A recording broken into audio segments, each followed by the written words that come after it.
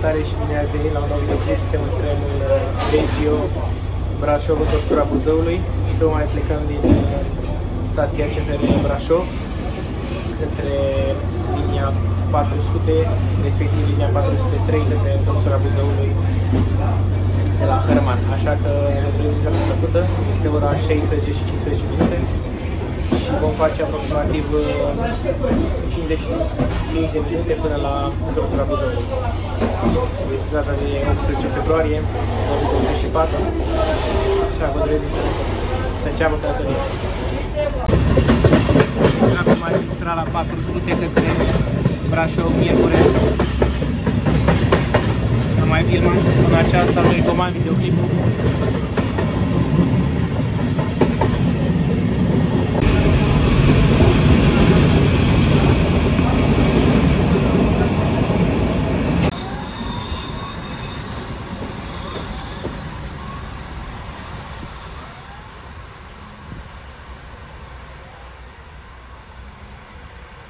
Stația Pavilioane Brașov.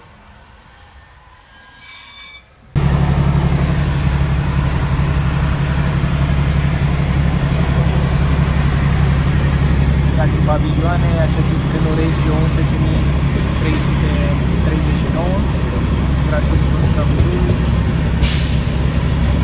Într-adevăr, deocamdată timp de parcurs 35 de km într-o oră.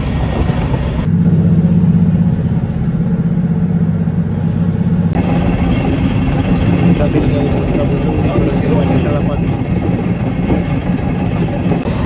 Ne apropiem în intrarea stația Budila.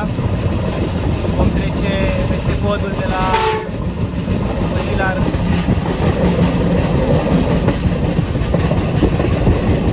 Până în anul 2021 această linie de la Hărman la dorsura Buzăului a fost închisă tocmai din cauza unei alunecări de teren care a provocat scăderea acestui pod.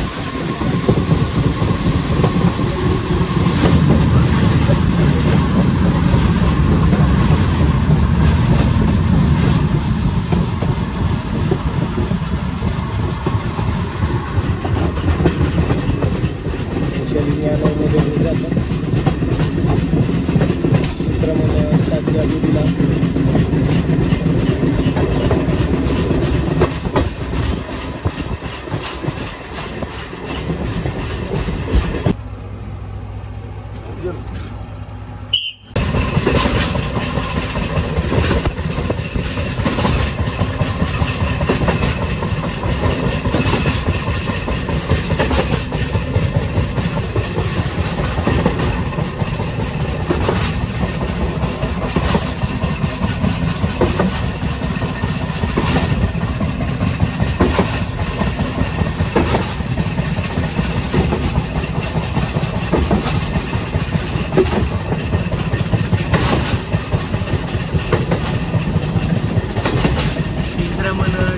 Covasna.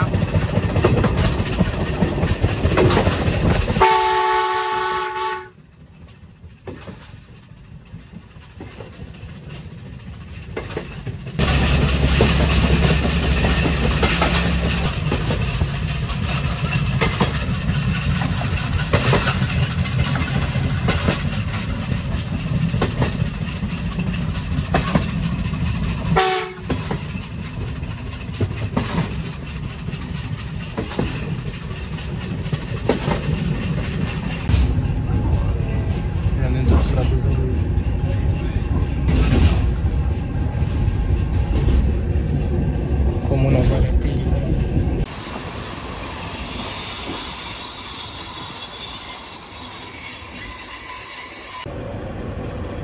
Alta Ateliu.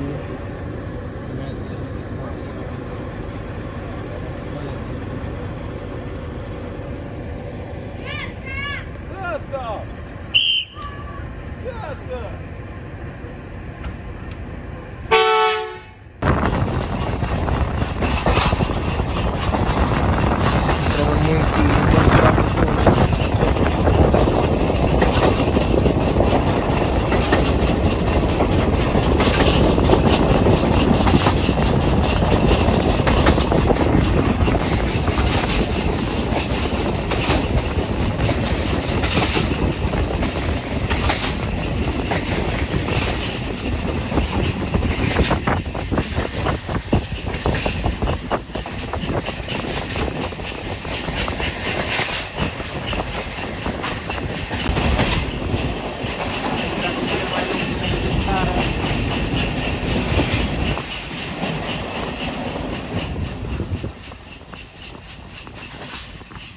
tunelul de la Valea Teliului, Teliului.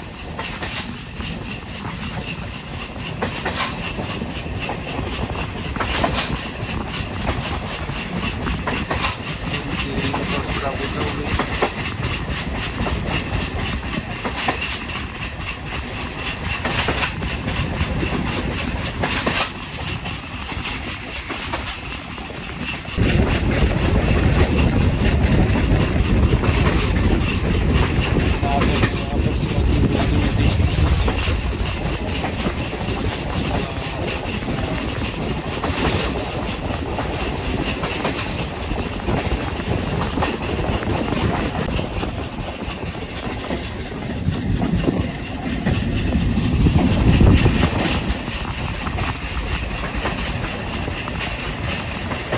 Această porțiune de traseu de la Brașov la întorsura Buzăului făcea parte dintr-un proiect mai mare care trebuia să lege Brașovul de Buzău.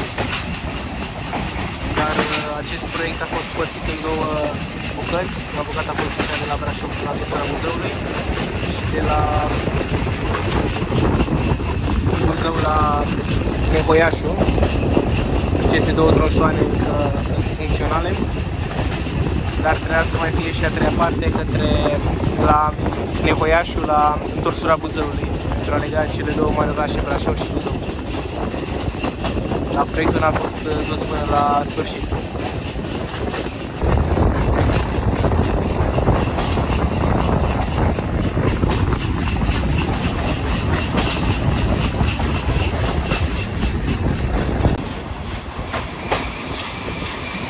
Sosit în halta Valea Teliului.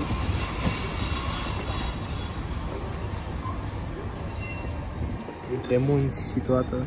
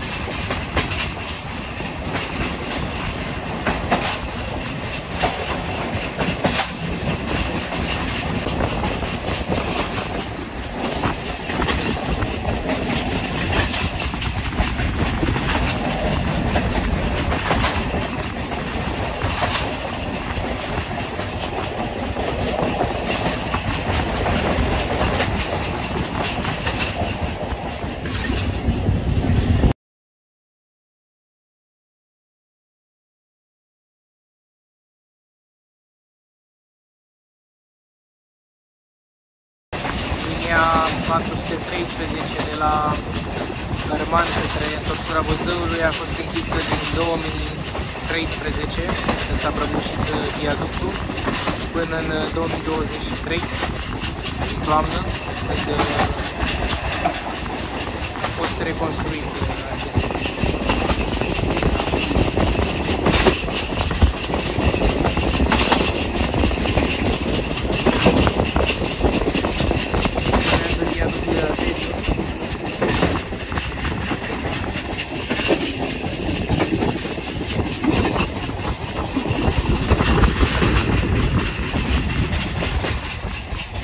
Viaductul la Valea Teliului.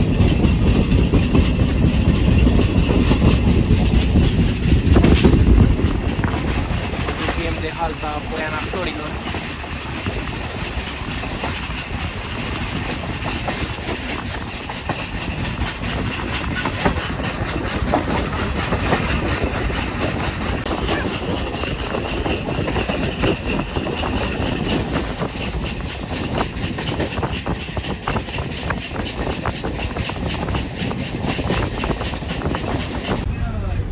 Condițiile din trenul Regio Călători.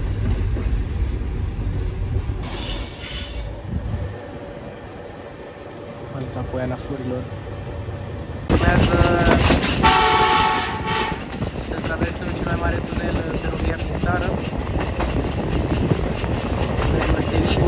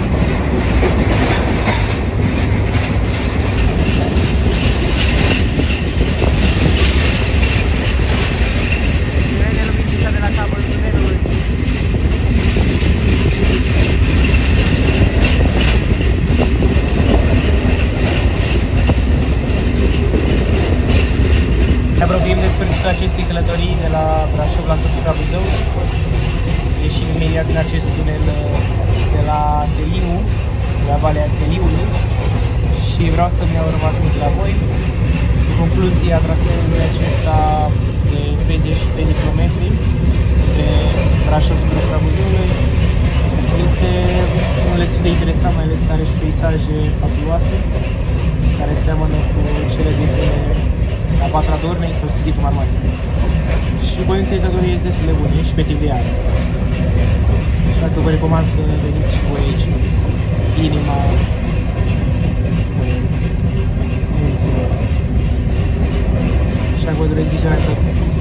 Vă mulțumesc pentru că ați vizitat acest videoclip, dați like dacă v-a plăcut. Și nu uitați, fiecare călătorie dintre noi este unică. La revedere!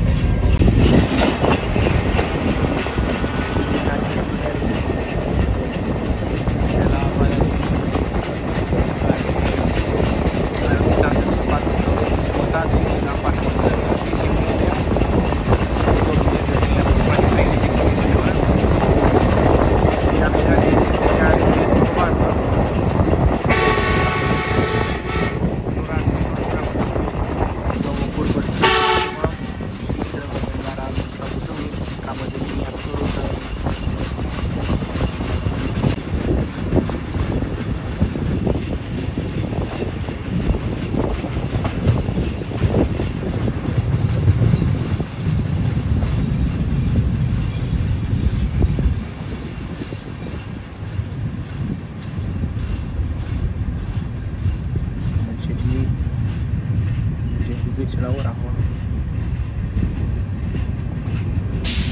Trecere la nivel.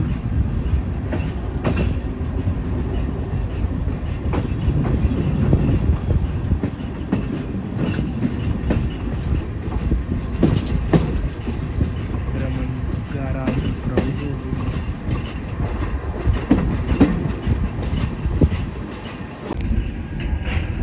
Și am sosit. Mulțumesc pentru vizualizare, la revedere!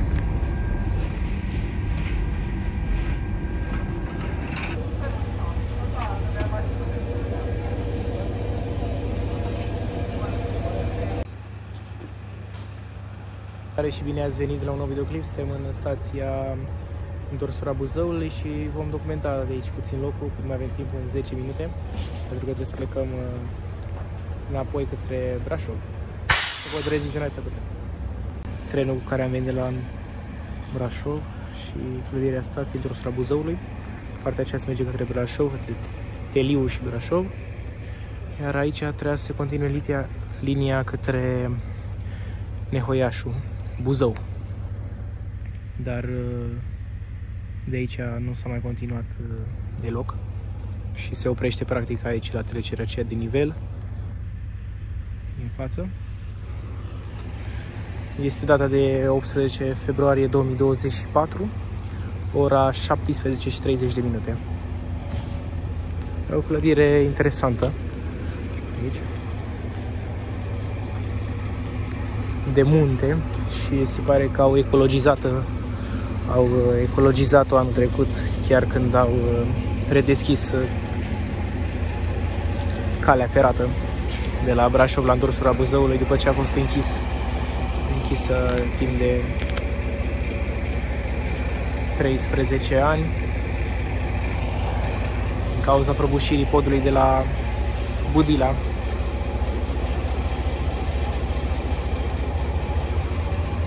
Aici avem o placă aniversară. La 26 iunie 2006 s-au împlinit 75 de ani de la inaugurarea căii ferate Hărăman în Drosura Buzăului, una dintre primele linii de cale ferată concesionată. Deci linia a fost dată în folosință în 1931 și în 2006 s-au împlinit 75 de ani. Și avem o altă placă aniversară.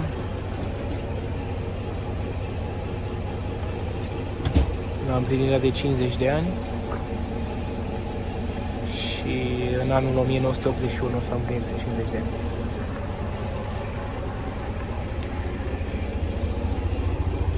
Aici avem tabloul trenurilor de Drosura Buzăului și retur către Brașov.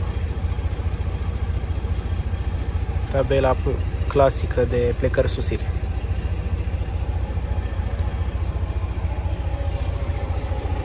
Sunt 6 trenuri care fac acest traseu zilnic de la Brașov la întorsura Buzăului și retur. Așa că oamenii de aici au destule posibilități pentru a călători către Brașov. Aici din fața trenului și se întoarce către Brașov. Îmi iau la revedere de la voi. Vă mulțumesc că ați vizionat acest videoclip. Dați like dacă v-a plăcut. Și nu uitați, fiecare călătorie, trenul și stație, este unică în felul. La revedere!